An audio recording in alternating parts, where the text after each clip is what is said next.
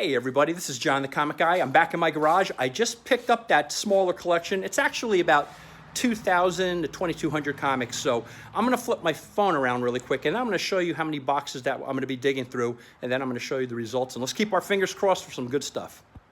So as you can see, we actually have 2 long boxes full of comics and 2, 4, 6, 8 short boxes. And 2 of these boxes look like little tomato produce crates full of comics. So I can't wait to start digging.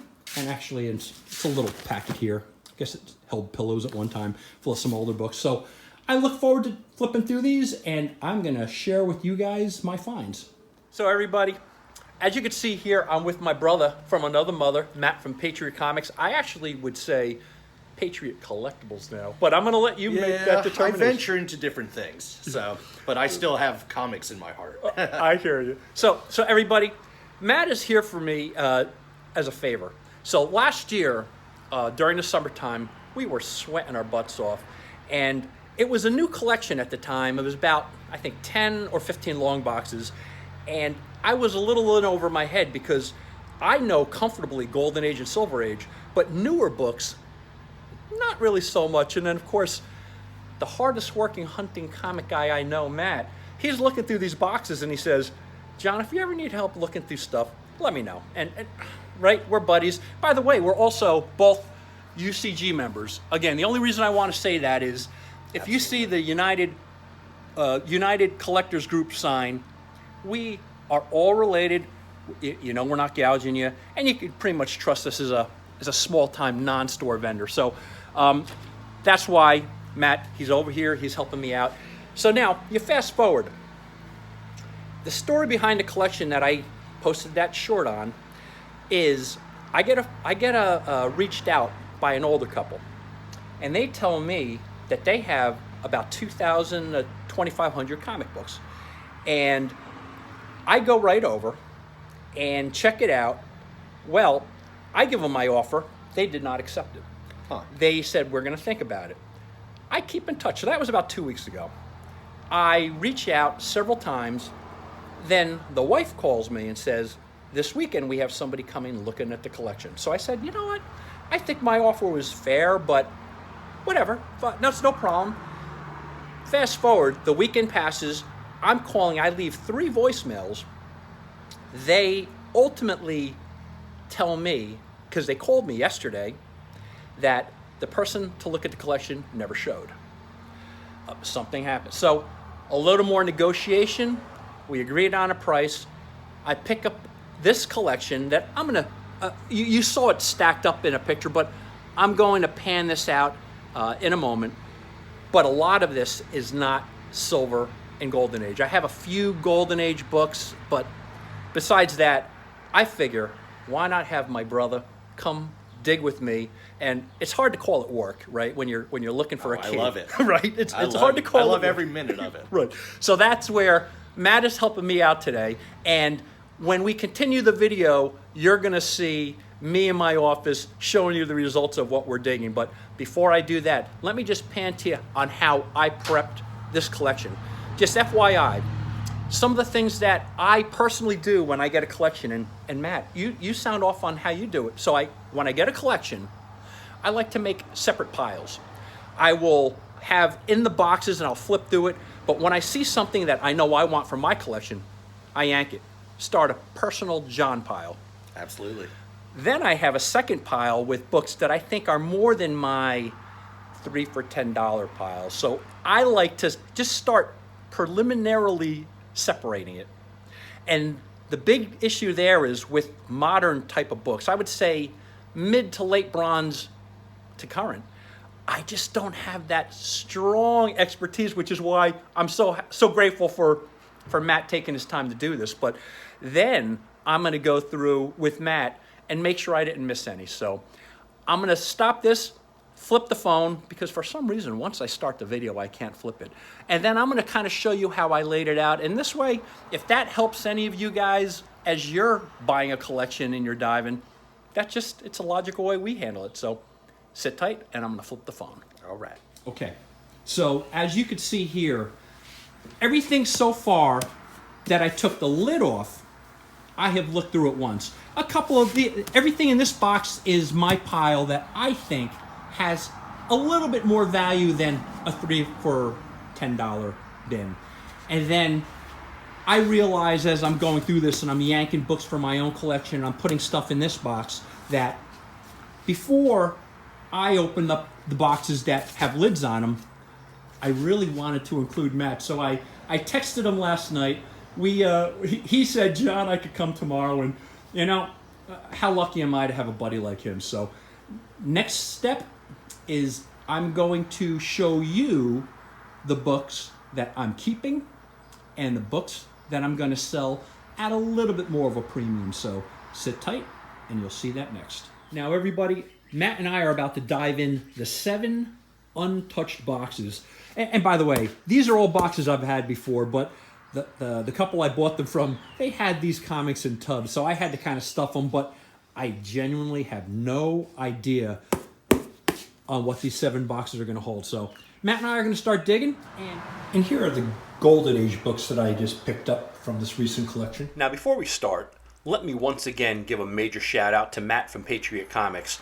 One of the reasons I think it's so important to have a second set of eyes when looking at a real good collection is because I do miss stuff, right? I don't know if it's my age or lack of knowledge. Sometimes they have subject matter experts that are just really good at things. Matt has an uncanny ability. As you know, I call him the hardest working hunter I've ever known. He knows keys. He knows minor keys. He'll pick things up that I pass.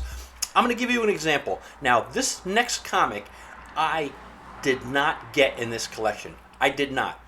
This is a comic that I got in a collection about 2.5, maybe 3 years ago. I've had it for a while. But the reason I'm trying to impress this upon you is I had it in a collection. I picked through it, right? When I buy a collection, I tend to cherry pick through it first. I've had over 15 people searching through these boxes.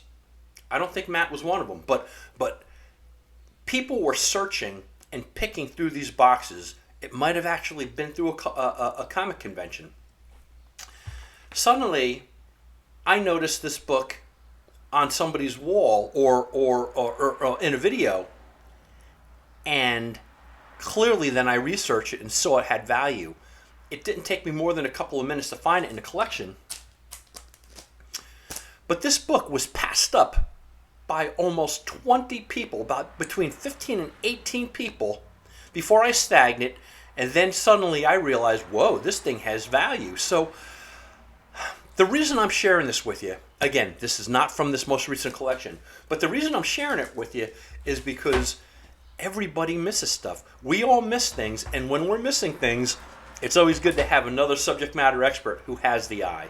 So with that all being said, before I start with the books that both Matt and I pulled out, or start with the books that I'm keeping, I'm going to share with you, just to kind of show you what I mean, the books that I missed. I was flipping through them, I pulled out and cherry picked the collection, and then I call my brother Matt, and so Matt, again, Patriot Comics, or if you ultimately change that to Patriot Collectibles, thank you again. These are the books that if Matt did not come over and help me pick, I would have passed up, and it would have ultimately just been left in my 3 for $10 boxes or something like that. This store, he pulled out and he goes, John, this one does have value. So I'm going to put this in my $5 box. But there's no doubt this has more value for whatever reason than a typical book that I would have in my 3 for $10 bins. Then you have this book. He pulled it out and goes, John, that's the first appearance of the Throg, which is the Thor and a frog format. So I would not have known that. Would you? But again, you look it up. It has some significance. The first joining of the Avengers was Star Fox. He yanked that immediately. He goes, John, I'm telling you, this one, again, I look at that. This is just a standard Avengers book. It didn't look like anything special to me, but Matt picked that right out.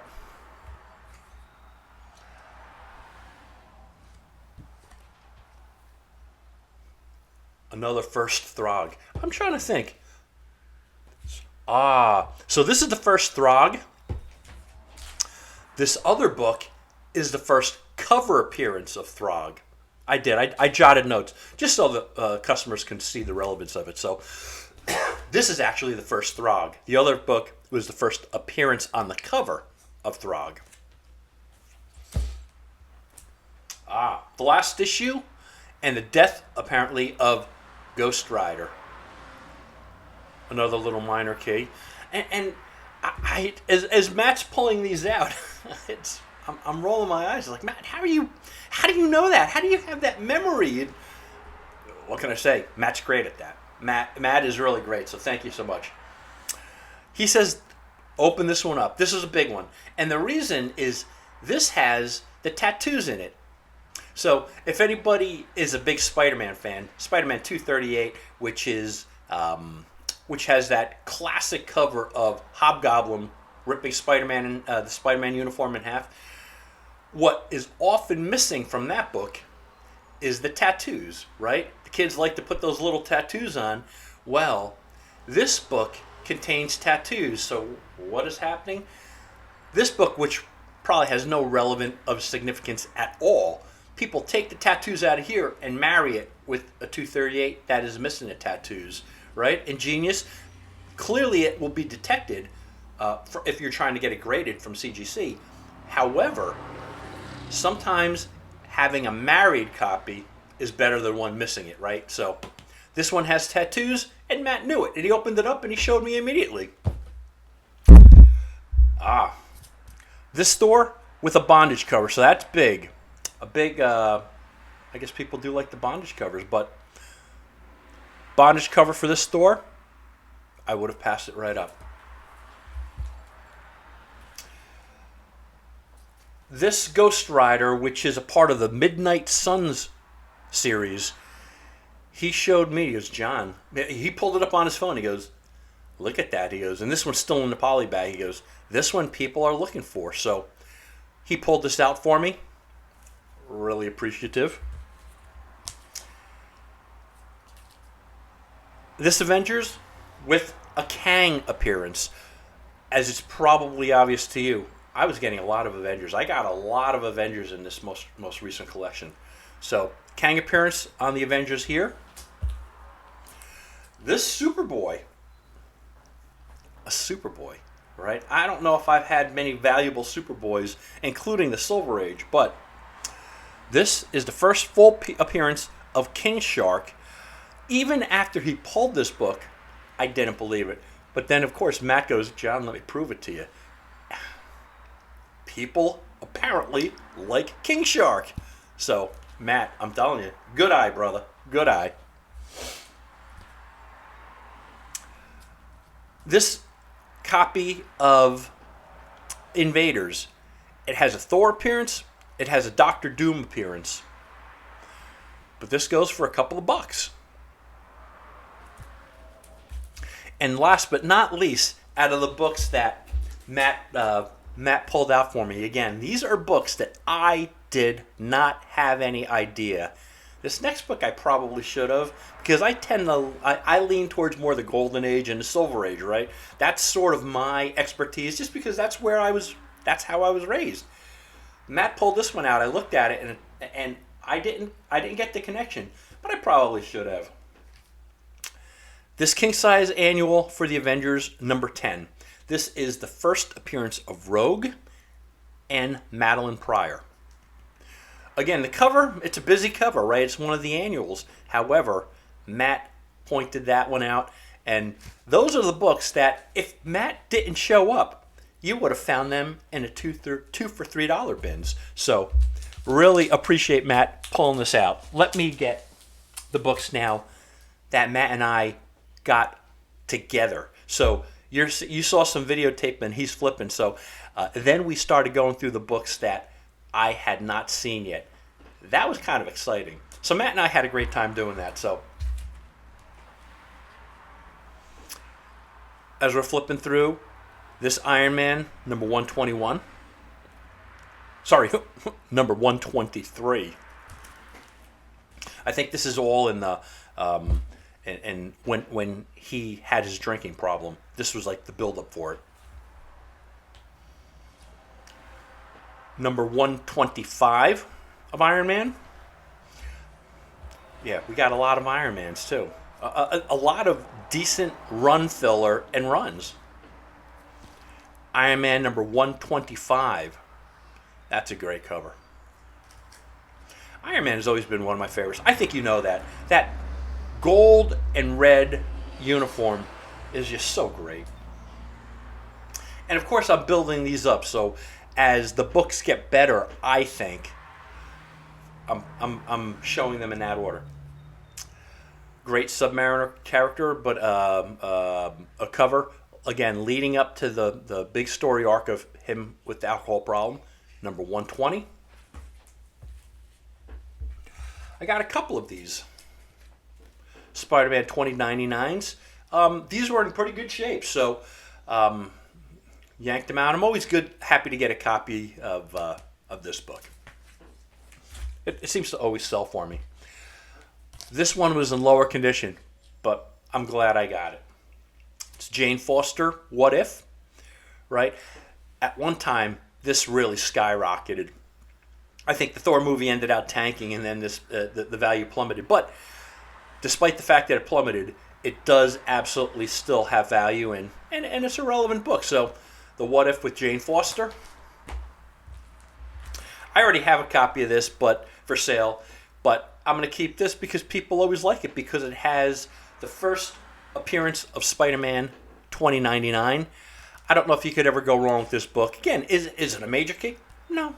But when you get it in a collection that you're going to resell and flip, it's always good to get a few of these. This is the second copy I got this year. The first one was in a previous collection that I think, not Patriot Comics, but Comic Catacomb. James from Comic Catacomb took that and he flipped it within a day or two. So the Infinity Gauntlet, always a good book. Again, because of the Avengers movie being so much in history, it's not as hot or relevant, but it does have. Hey, it does. We're comic people, right? This does have relevance in terms of our lore. So it's a good book. I always love this book. I have multiple copies of it myself, right? I did not need to keep another copy. But we all know what John thinks of Todd McFarlane. So this is a big book, number 301. Cool cover, Todd McFarlane art, number 301. So always glad to get a Todd McFarlane book. By the way, these are just the highlights because I ended out, of course, getting a decent amount of Todd McFarlane books, some of which you're going to see that I kept, just for the fact that they were upgrades. So when I rotated out and upgraded my copy, I'm going to show you the upgraded copy, and ultimately the older copy is now in my for sale bin. Batman Killing Joke. This is one of the books that I think I got earlier in the year or last year and sold very, very quick. First printing, obviously, with the green print, so first printing. This is the classic Tony Stark Demon in a Bottle cover, right? So issue number 128.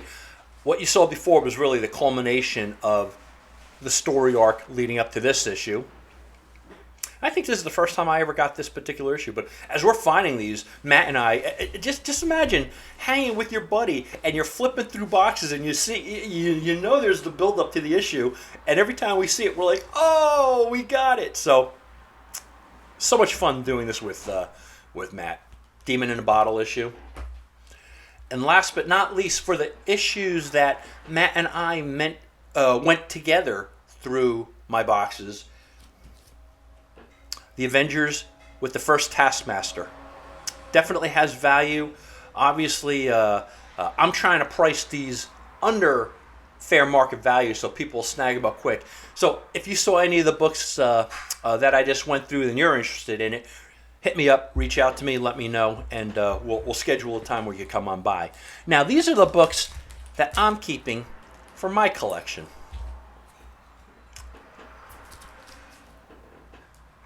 this issue of Marvels, issue zero of Marvels. I never had the full run of Marvels. I ended up buying the hardcover, and I read this book. This is one of the books that I had Krista read as she was experiencing comics, I think, for the first time in her life. What do you guys think? Marvels is a great story, great art. It's almost the full package. I didn't cover that in the books, the stories that'll blow your mind, but I want to give it props, because with Alex Ross art and that story, man, that was just great. So Marvels, I really enjoyed that book. But now I'm assembling, when I see it passively in a collection I acquire, I'm keeping the individual issues as well as having that hardcover. Maybe that hardcover is meant to just be brought to the pool or the beach, but I'm keeping that as well. Always gotta love me some Spawn. So this is issue number 133. McFarlane really didn't have any of the art on this one, but still is a great cover. It's one of the issues that after issue 100, I sort of stopped buying every issue of Spawn. So I don't know if you remember one of my previous episodes when I said I haven't bought a comic off the newsstand in over 20 years.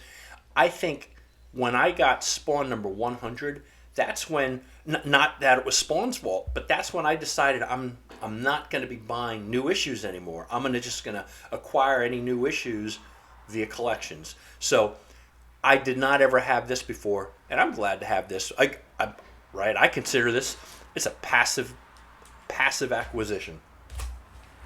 Another storyline I got, and maybe that'll be in the version 2 of the stories that blew my mind. But I love the Tales of the Teen Titans, the whole Judas contract storyline.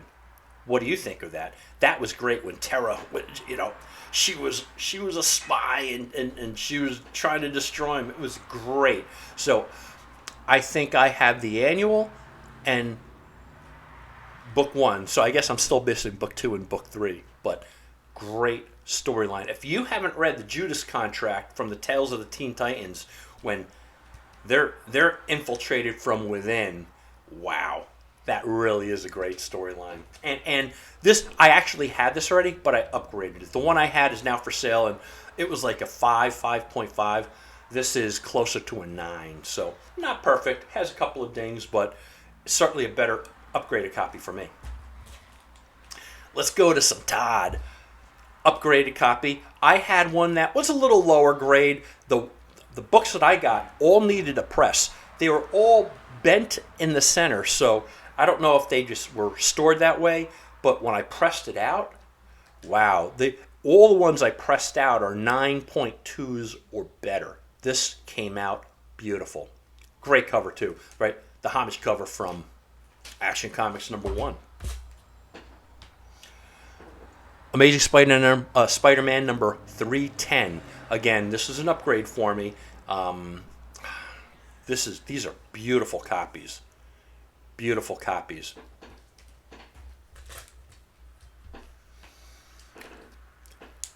Ms. Marvel number 1. For me, I consider this a minor key. I already have this graded, but I'm going to keep this as well. There are just certain books that I enjoyed. So to give you an idea on how long I've been doing this, I remember getting this. I was collecting for a couple of years, and I picked a copy of this up off the newsstand. And I should mention, you're probably noticing, all these books, they're newsstand editions. So there were, sometime this collection, this guy actually had newsstand and direct editions. But the ones I'm keeping are the newsstand editions. I love having that when I'm getting books and I'm getting one of each copy. And that was in this particular case. This collection was really good because I think the person ultimately is planning, or the people I bought it from, acquired it from, ultimately had plans to invest or resell, because he had multiple copies of some books, and that, right, and there were some pretty good books. Issue 298. So the first Todd McFarlane on the Amazing Spider-Man. Another classic cover, right? And again, newsstand. I'm trying to think. where the heck are the newsstands? This came out in the 90s, right? This came out in the 90s or very late 80s. I'm trying to see if it's obvious. 87. 1987, this book came out. Where were the newsstands? I was collecting at that time. I didn't see a lot of newsstands. At that point, I'm kind of shocked that whoever acquired these books got them from a newsstand. Wait till you continue to see these newsstands, and where are they getting them from? Where were these newsstands in the 80s? I didn't see any. Secret Wars #1. This is a lower grade copy. Well, I say lower grade copy. It's a mid grade copy. I'm going to use the right vernacular. This is a mid grade copy of Secret Wars #1. I always end up keeping copies of Secret Wars #1. I have now in my personal collection, besides a bunch of graded copies of issue 8, besides a graded copy of issue 1, now I have 2 full runs of 1 through 12 that are in my personal collection. I have a bunch of copies, not #1 and not #8, in inventory in case you guys are wanting it. But here's another copy, a higher grade copy of Secret Wars #1.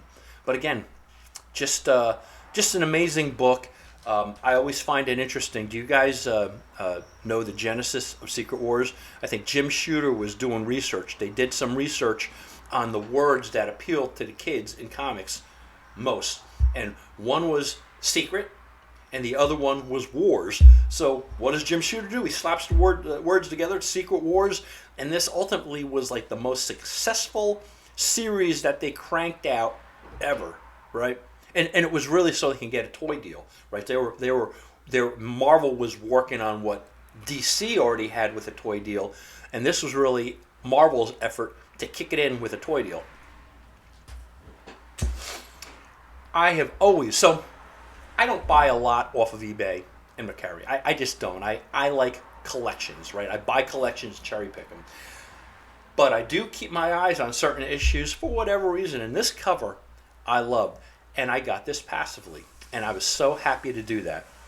Iron Man #150. It's a mid-grade copy, but every time I see Iron Man and Doctor Doom squaring off, that is a great cover. So, new to me, I've never owned a copy of this. After 48 years, I've never owned a copy of this, but I got one now. So, Iron Man #150, I'm glad to add this to my private collection. And I'm going to be displaying this for a little while. Okay, we're kind of coming down to the end here. I have like 3 or 4 more issues. Always love having me a Thor 337, ladies and gentlemen. Man, again, I have a signed copy of this in a comic skin already. But I'm going to keep me another copy of 337. If I ended up getting a 3rd copy of this, I might even keep it. I love this book. But again, Thor 337, which is when Beta Ray Bill got the hammer. I really am happy about this. Okay, now I have this in my private, my personal custom label. I have issues, right? I have a lot of these issues. Another copy of Secret Wars #8. A decent grade, a 7.5, which of course is a very fine, right? A nice copy of Secret Wars #8. I'm keeping it. Right now I have no reason to sell them, so I have a bunch of graded copies. I have a couple of ungraded copies. Right now I don't have any reason to sell them. One day I might, if somebody makes me an offer I can't refuse, maybe I'll sell it. But always good to have a key like this, and I do enjoy keeping these keys. This is one. It's a lower mid-grade book, but when Matt and I were flipping through it, I actually got goosebumps because I wanted this book so bad. I've always had my eye on it, kind of similar to the other book, the Iron Man #150 I was mentioning. I bought this off of the newsstand years ago when it came out, and then of course that was during my first collecting world, and I sold it. Now, I haven't had a copy since then. So, And that originally came out, just to give you an idea, in 1979. So since 1979, I haven't owned a copy of this. But I'm a big Daredevil fan, and I think you all know I'm a massive, massive Frank Miller fan. So this is really the first that Frank Miller actually went on Daredevil, and that started that whole run that I love. But I'm glad to keep a copy of this, and I'm happy to have this in my own collection. It's a 4.5. The last book. Before I show it, I never had a copy of this. I was not seeking it out, but I saw it, I got it passively, and I'm keeping it. Before I do it, since it is in a Comic Skin, I want to thank our sponsor, Comic Skin.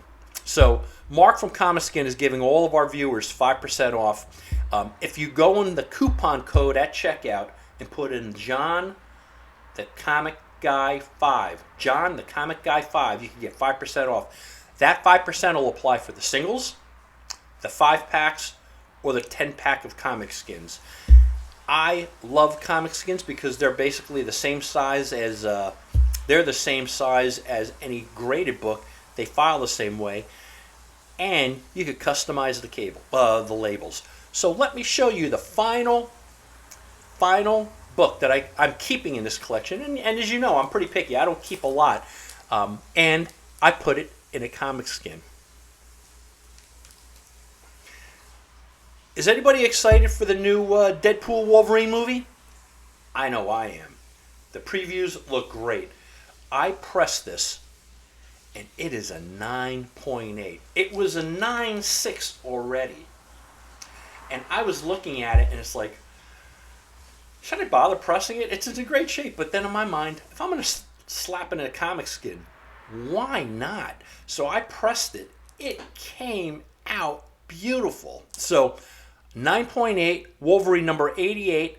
It is, I cannot wait to see. Krista is not a big superhero fan, but I think she loves me. And she's gonna probably come and watch this crazy movie with me. But Deadpool Wolverine, man, I'm all about that. I might get myself some nachos and that fake gooey cheese too. But Wolverine number 88, 9.8, that, my friends, is a keeper in John the Comic Guy's collection. So, hey, but once again, this is in a Comic Skin. Look at that label. Look at that label, ladies and gentlemen. Is that rocking or what?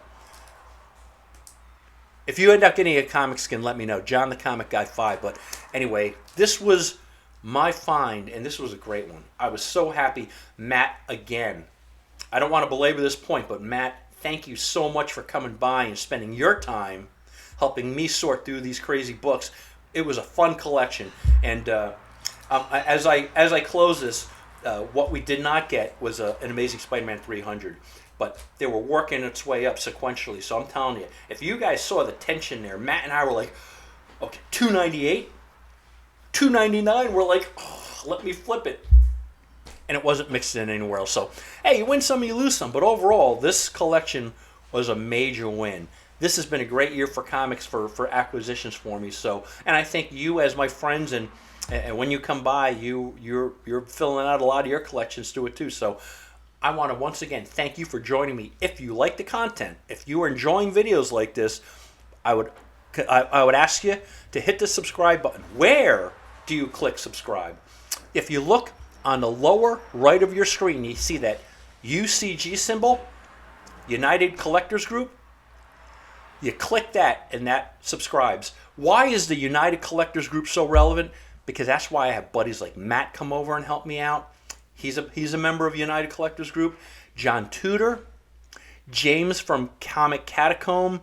We are a network that we stay together, we don't gouge our clients, and we help each other out. So it's great to be in affiliation like UCG with these guys, and I appreciate it. So click that, and you will subscribe to this video. I thank you for your time. It's John the Comic Guy.